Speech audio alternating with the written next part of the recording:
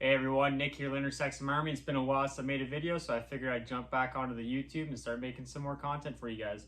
So we've partnered up with Infinite Off-Road and started getting some products for the side-by-side, lights, rock lights, roof lights. So we're gonna do an unboxing of their products and do an install video, show you guys what they offer. So let's get into it.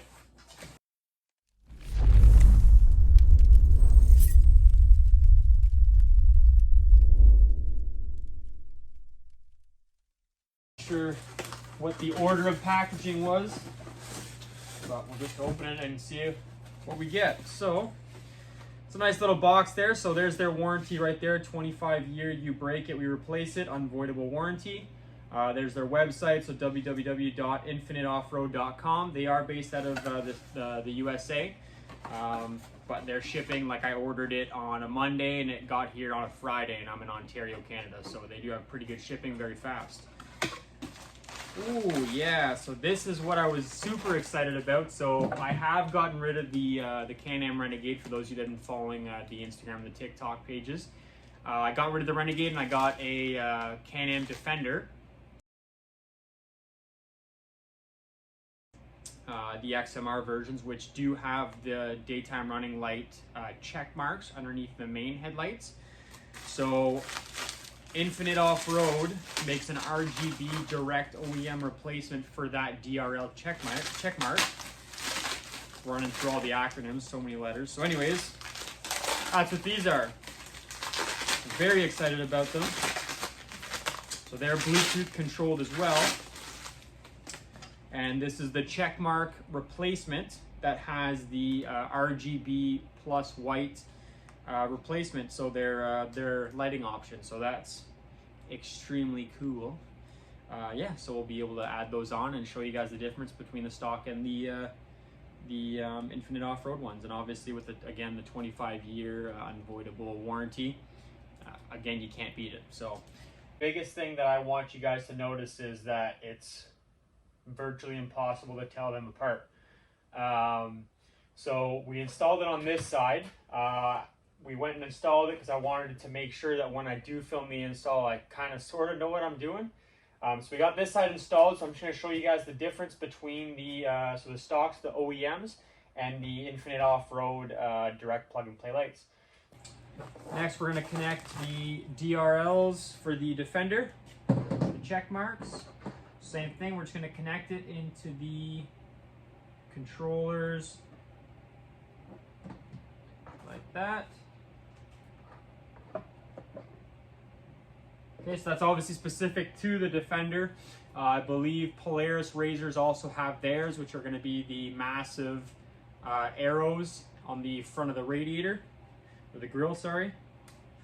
So this is for the Defender. That's pretty sweet. So that's the different styles. So same thing as your whip, you're going to have your red, your green, your blue, your white. Right now on the Defenders, the exact, so it's like that. So it's really dim on the stock ones. I'll show you the comparisons. So now we got them both isolated. This is the stock one. Once again, this is the Infinite Off-Road. So the default color on this one is blue. Let's turn that to white so we can do a comparison.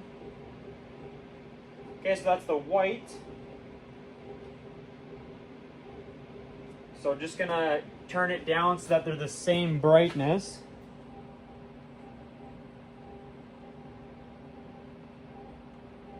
There, so right about there.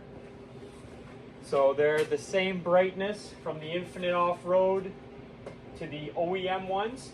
Now this is a very low setting, so if you want them to be obviously much brighter, you just gotta turn up your brightness. So I should count the settings. So that's I believe.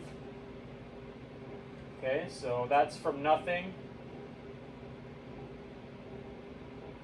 So that's about the same brightness as the stock ones. So we're going to go up. So that's the third setting is stock.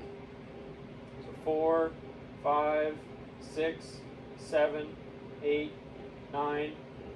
So it's got 9 settings of brightness, and that's as bright as it can get. So the nicest thing about this is they're literally the exact same direct OEM bolt-on, so there's no cutting. You don't have to do anything crazy. You just have to obviously remove the stock ones, slip these ones in, then hook them up to whatever power source you're going to do. So we're going to do an individual switch as opposed to running them to the stock setting. The reason why is I want to be able to run this while the bike is not running, so when the key is not on. But with these ones, you can actually increase the brightness. So this is the minimum setting that it will be on, which is the exact comparison to the OEM style. And you can get it all the way up to essentially headlight brightness. So that's the white. Again, you can change your colors. This is what I'm going to have mine set to, is the red. Then you got your different functions. You got your flash, okay, which is going to flash across all the colors. You got your strobe. You got your fade, which again fades across all the colors, and then smooth. Okay, so the difference is with your strobe setting, it only strobes on one color. When you get your smooth, then it goes across all the colors, which is essentially a strobe across all the colors. Now on the remote, you cannot adjust the speed, but I know that on the app you can adjust the speed of the strobe. So if you have one color, we'll use blue, and you put it to strobe. So there's a significant delay between the strobe functions. You can increase that speed to have it strobe faster if you want to, cause seizures. But anyways, that's the Defender DRL. So we're gonna disconnect it after we turn it off. It does have an override, so we're gonna actually, because I can, and I might actually hook it up, these front check marks, to the turn signal kit that I have on the rear lights on my Defenders. So I just want to show you how that would work. Okay, so we're gonna have it set to red, which is the color that I'm gonna have it set to by default. So if you're using your brake lights, I don't know why you would use that on the front end, but if you do, for whatever reason, you would, oh, that just came disconnected. Okay, so we're going to change it to, we'll say, white, or blue, sorry, for the purpose of this video. So if you have your brake light override, you're going to connect it, so the way we would do that is we would use a blade tap connector like this. I'll just show you guys close up. So this is your blade, your wire tap, just like that.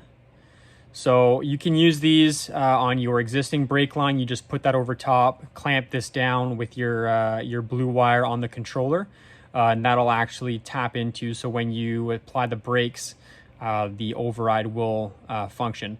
Now, this is a very simple blade connector. It's not, you can use it in high moisture areas, but I wouldn't recommend it, mainly because those wires will eventually rust and obviously lose connection. You can buy the moisture resistant ones. All they do is they just throw a bunch of dielectric grease inside of this and then do the connection. So that's the only difference. So you can probably save some money there. Just get a tap connector and do that. Yeah, that'd be your best option. If you're inline connecting wires, the only thing that I would recommend for you to use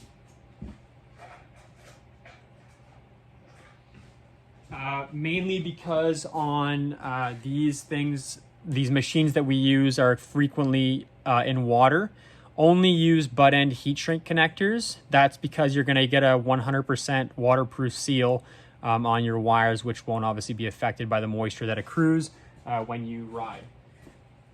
Now, these ones you can also buy multiple wire connections, like the heat shrink butt connectors. All you're going to do is you're going to put the one end of your wire inside, and then you're going to put two wires on the other side, so you can actually get multiple connections on that wire if you did not want to use the blade tap connectors. Anyways, so back to how that would work. So if your lights are set to blue and you do have them set to the brake light override wire, which is the blue wire on the controller, you would obviously tap that in with this, and essentially when you apply your brakes, it would turn red. And then obviously when you let off the brakes, it would go back to your set color, just like that. pretty simple. So if I'm correct, the white override should go to white. Yeah, so that's exactly what happens. So I'm assuming you could use that as a turn signal. So if it's going to be on the front, that's what I would do. And you just use it like that. So it just depends on which color you would prefer. The white override is going to be used obviously as a white light over top of whatever default color you were using. Whereas the blue, the brake light override, goes red. So it's really up to you. If it's going to be set on a sequencer, then you're going to be able to use the red on blue combination. If it's just set to a wire like your brake wire, it's going to be as you apply it. So if you apply the brakes, let go, apply the brakes, let go, it's going to change in between those colors, sorry. Now, every single controller has this. So whichever light system, whether it's the whip, the vehicle-specific DRLs, the light strips, the 6 watts, the 9 watts, the 3 watt, or the 12 watt light that they offer, you can use this function across all of them. So if your whips are up high and you're in the dunes, or you're in snow, or you're in a mud pit, you want people to see you and you want to let them know that you're braking or you're turning, you'll be able to do that because that'll be your highest light option. Includes it. From the installation standpoint, all you need to know is your red wire will go to your power source, to your 12-volt source. Your black wire will go to your ground, which could be grounded out to the vehicle or directly to the battery, which is your safest bet because the battery does obviously supply its own ground source. Then you're going to have your white wire, which will be your white light override, and then your blue wire, which is your brake light override, which changes the light to the red color. Now, when it comes to the controllers themselves, I noticed that they are not sealed. So you're going to want to either seal these. There's a hole at the bottom and like around the wires, just another layer of protection to make sure that they don't allow water inside. Or you can mount them on your roof, which is going to be obviously the highest color that they offer. Yeah, so we're going to start installing that, and we're going to show you guys what it looks like when it's all back together. So thanks for watching, guys. This here is the Infinite Off-Road. Links over here, and go check them out. Which is pretty simple to do, just like we were talking earlier on in the video. So that's the white, we have the red, the green, the blue, and all the different colors. So we have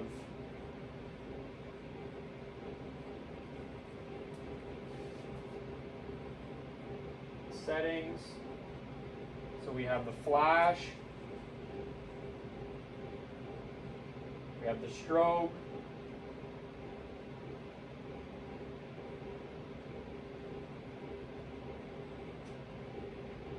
fade. So anyways, all the other options that we've shown you before, that's what they're going to do. And now we're going to jump into the installation of these things. Alright, you're going to come in on whatever side you're going to start on. So just right back here. So this is your headlight adjuster screw. That's got to come out. You're going to have these tabs here, which are going to need to be pushed so that you can pull the light backwards. And then right above this adjuster screw, I'm going to try and get in there. There's an 8mm right there. There's an 8mm bolt, that's holding that into the plastic fascia here. So you got to take that off. That's 8mm. My recommendation, you can't get a socket in there unless you take the whole headlight housing off. And yeah, we're just trying to make this as easy as possible. So if you have a ratcheting wrench, it's going to make that very easy. So anyways, we're gonna get that done and show you as we get through the process. All right, so you've got the adjuster screw out, right? So that's gonna be like that. You've got the 8mm retaining bolt out. Now you just have, there's one tab here and one tab right there that you have to remove. So there's two ways you can do this. One of which is you're not going to be reusing these, so you can just bust these tabs off. The other way is you can be very gentle. So essentially, okay, so you're going to take your screwdriver, just place it right inside that crease there, and you're going to turn. It's very flexible, so you can do that, and then you can try and pull the housing backwards to get off of that tab, or if you're not reusing these, you just break that piece of plastic off just like that, just to once again make it more flexible. Okay, so just like that, and then you're gonna push from the front. Okay, so it just passes over the back of the tabs. That's one side done. Now you gotta get in there. I'm gonna try and do this while holding the camera. Okay, so same thing. We're gonna place it in there. Try to get some more flex out of that plastic, just like that. And if that works, you just gotta push back on it and it'll slide backwards. There you go, just like that. So then it'll pop back. Get your screwdriver back out. Okay, you're gonna slide that. So again, I'm doing this one-handed. More difficult than when you got two. So that's off of the tabs. If you angle that down, you have two hands, it'll be much easier. So it'll slide, there you go, right down like that. And then down. So we're actually gonna use this plug for some courtesy lights. The reason being is we're not using the stock key-on system for our infinite off-road ones. So we're gonna reuse this for another light system that we're gonna put on the front. If you don't want to use it, all you gotta do is cut these off and then just put some heat shrink tubing over top, and then just make sure that that's water sealed so you don't get anything inside.